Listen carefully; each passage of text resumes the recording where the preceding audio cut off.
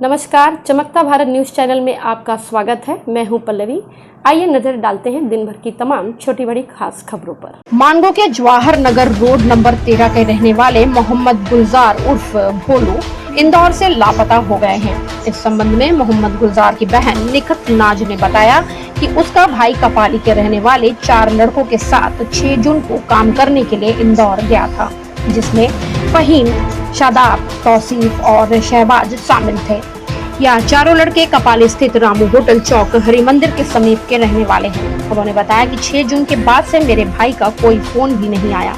अचानक 1 तारीख को गुलजार का दोस्त बंटी मेरे घर आया और उसने बताया कि गुलजार इंदौर से लापता है, इसका कहीं कुछ पता नहीं चल पा रहा है।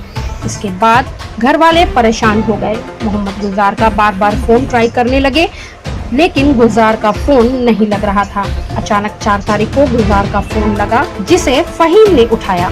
जब उसने गुलजार के बारे में पूछा गया तो उसने कुछ भी जानकारी होने से इनकार कर दिया। उसने बताया कि वह इंदौर से गाड़ी में बैठ रहा है, जबकि निखत नाज का कहना है कि जब उसने कपाली में जाकर पता किया तो पता चला कि वह 1 हफ्ता पहले ही घर आ चुका है। मेरा नाम निखत नाज है। हम आजाद जवाहर नगर रोड नंबर 13 के रहने वाले हैं, नियर ताबा मस्जिद। मेरा भाई, उसका नाम मोहम्मद गुलजार आलम उर्फ भोलू है। वो कपाली का 4 लड़का का साथ फहीम, सदाब और तौसीफ और शहबाज शामिल, उन लोगों के साथ में काम करने इंदौर गया था 6 जून को। 6 जून को गया था, 6 जून 2023 को।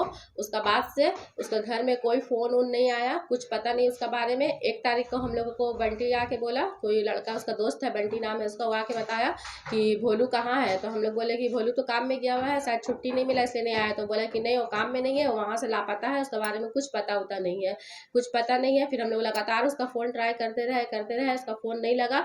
फिर 4 तारीख को उसका फ़ोन लगा तो फ़ोन फहीम उठाया। जब फहीम से हम पूछे कि मेरा भाई कहाँ है, तो पहले फ़ोन नहीं उठाया, 4 मैसेज किए उसको, उसका कुछ भी होगा, उसका जिम्मेदार तुम्हें। तो फ़ोन उठाया, उठाने के बाद में बोलता है कि आप हमको ऐसे क्यों बोल रहे हैं। तो हम बोले तुम कहाँ हैं, तो बोलता हम अभी इंदौर से गाड़ी बैठ रहे हैं। जब हम लोग जाके फिर 14 नंबर में पता किए तो मालूम चला कि फहीम 1 हफ्ता पहले ही आज़ाद बस्ती आ गया है। 14 नंबर मतलब अपना घर कपाली हरि मंदिर में आके रह रहा है वो, और घूम फिर कर रहा है। उसके बाद में फिर फहीम को दोबारा फ़ोन करके पूछे कि तुम तो यहाँ 1 हफ्ता पहले ही आ गया है, तुम झूठ क्यों बोल रहा। तो बोलता है कि हम अभी कलकत्ता से आ रहे हैं, हम 12 बजे रात को यहाँ रेलवे स्टेशन में उतरेंगे। फिर थोड़ा देर के बाद 9:30 बजे फ़ोन करके बोलता है आप अपना घर का एड्रेस बताइए, हम आपका घर आ रहे हैं भोलू का सामान देने के लिए। फिर 9:30 बजे वो आया, लेकिन अकेले नहीं आया, कम से कम 8-10 आदमी का साथ में आया। हम लोग घर में सिर्फ माँ बेटी अकेले थे।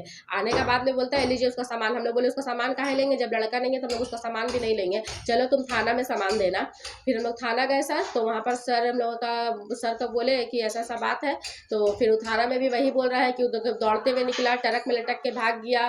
कभी कुछ, कभी हम सोए हुए थे, 2 लड़का जागा हुआ था, कभी बोलता है कि हम चारों सोए थे, सामने वाला लड़का लोग देखा। इसी तरह का वो बयान दे रहा है। और उस दिन से लेकर आज तक का भोलू का कुछ खबर नहीं है, ना कुछ पता है, कुछ बता रहा ही नहीं है कि कहाँ है नहीं है। जब भी उससे पूछते हैं उसका स्टेटमेंट हर बार चेंज रहता है। अपना घर में जब उसका बहन को हम बोले कि अपना भाई से पूछो, अगर हम लोग को नहीं बता रहा तो तुमको बताएगा कि कहाँ है। तो उसका बहन को वो बोलता है कि खाना खा के बाहर टहल रहा था, टहलते टहलते वो गायब हो गया। तो उसका बहन हमको बोलती है कि लोग नरभसा के ऐसा बोल रहा है, वो खाना खा के बाहर टहल रहा था, टहलते टहलते ही गायब हो गया। हमेशा उसका बयान चेंज रहता है सर, थाना में कुछ बोलता, हम लोग कुछ बोलता, उधर कुछ बोलता है। और अभी तक का कुछ भी नहीं पता कि कहाँ है नहीं है, किस हाल में है, हम लोग कुछ नहीं जानते। इंदौर गया था। दिन भर की तमाम छोटी बड़ी खबरों के साथ जुड़े रहने के लिए देखते रहिए न्यूज़ चमकता भारत। नमस्कार।